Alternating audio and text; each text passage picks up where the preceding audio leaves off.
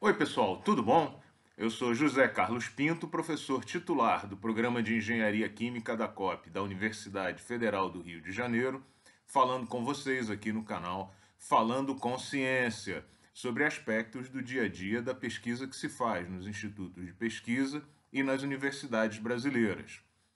Bom, como consequência da pandemia do coronavírus, o Ministério da Educação autorizou a realização de atividades acadêmicas por modo remoto e à distância, pelo menos até o dia 31 de dezembro de 2020. Por conta desse fato, em particular, as universidades públicas se lançaram à organização de atividades acadêmicas de todos os tipos, em particular aulas, em modo remoto para engajamento dos estudantes que já há algum tempo e com razões legítimas demandam a retomada das suas atividades para que não haja total perda desse ano letivo. Por conta dessa necessidade, começamos a ver a organização um pouco apressada das aulas e das disciplinas e dos formatos. Tipicamente, as disciplinas que vêm sendo apresentadas e organizadas nesse momento, elas contam com uma plataforma de apresentação, por exemplo, Zoom, Microsoft Teams, Jitsi, Google Meeting. Tem uma plataforma para compartilhamento de materiais, por exemplo, o Google Drive ou mais frequentemente o Moodle, alguns ambientes para troca de informações em tempo real, Telegraph, WhatsApp e possivelmente depois da gravação das aulas, a disponibilização de vídeos em plataformas como, por exemplo, o YouTube. Portanto, o que a gente vê é um conjunto grande de plataformas digitais sendo usadas para conduzir essas atividades didáticas. Bom, o que me traz nesse vídeo é uma reflexão sobre exatamente a natureza das atividades que nós estamos executando. Talvez, mais do que nunca, um pensamento aparentemente atribuído ao ex-reitor da Universidade Federal de Pernambuco, Mozar Neves, lá pelas voltas do ano 2010, quando ele falou: temos escolas do século XIX, professores do século XX e alunos do século XXI, parece mais atual do que nunca. Esse pensamento, que já foi apresentado em vários formatos e foi talvez atualizado pelo professor Mozar Neves, ele procura informar que nós temos alunos, obviamente, desse século, com a carga cultural e tecnológica característica do mundo do século XXI, que são orientados e ensinados majoritariamente por professores formados no século passado, que vivenciaram uma outra experiência tecnológica de formação e certamente um mundo bastante diferente do mundo em que vivemos hoje. Tudo isso sendo realizado numa estrutura física, dogmática, ideológica e didática construída majoritariamente no século XIX. E, quando nós vemos essa transição para essas atividades à distância, aparentemente o pensamento do professor Mozar Neves se confirma, pois o que temos todos tentado fazer, em verdade, é trazer as aulas convencionais que vêm sendo dadas há muitas dezenas de anos no formato presencial para dentro da plataforma digital, sem muita discussão sobre os eventuais benefícios e as necessidades de mudança que são necessárias para migrar para essas plataformas e, portanto, vir para o século XXI. Algumas questões que você pode certamente começar a pensar são despertadas rapidamente quando a gente pensa que, por exemplo, existem cerca de 1.500 universidades, grosseiramente, número redondo,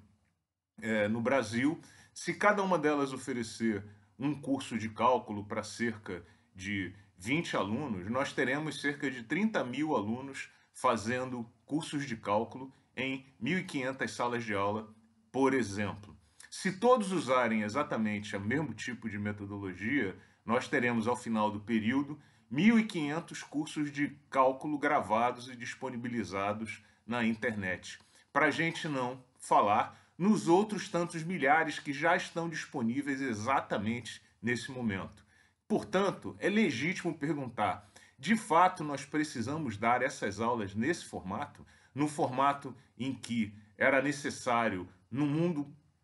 passado, em que o aluno estava presencialmente na frente de um palestrante e de um quadro negro, com a quantidade de informação imensa que a gente tem disponível hoje na internet, mesmo que a gente, de maneira egoísta e vaidosa, acredite que nada disponível na rede hoje é exatamente o que a gente gostaria de falar, ainda assim, depois de um semestre, o docente vai se ver diante do seguinte dilema: construir de novo um novo curso igual ao construído no semestre passado, ou simplesmente usar o material produzido, gravado, disponibilizado no YouTube para ensinar os estudantes e engajar os estudantes de uma outra forma. Nós vemos que a construção de conteúdo para a internet na forma de aulas está certamente ultrapassada e nós estamos perdendo uma excelente oportunidade nesse momento, nas universidades brasileiras, de discutir esse tema e construir novos paradigmas de ensino, porque não estamos coordenando de uma maneira unificada, organizada, coerente essa discussão e delegando aos docentes a responsabilidade pela construção desses cursos. Parece bastante razoável a gente também admitir que caberia à universidade definir, talvez, um conjunto mínimo de cursos, de conteúdo que ela deveria organizar e disponibilizar para toda a sua comunidade usar como um conteúdo básico para desenvolver cursos nas mais diferentes áreas. E tratar não exatamente de gravar novos vídeos falando novamente sobre os mesmos temas e apresentando os mesmos pontos de vista, mas discutir estratégias para engajamento dos estudantes. Uma prova disso que a gente está falando é que tenho acompanhado muitas discussões sobre como avaliar os alunos, e o paradigma, de novo, é o mesmo dos séculos passados. A discussão tem girado em torno do tema de como os alunos deverão ter acesso às provas, quando parece que a discussão correta deveria ser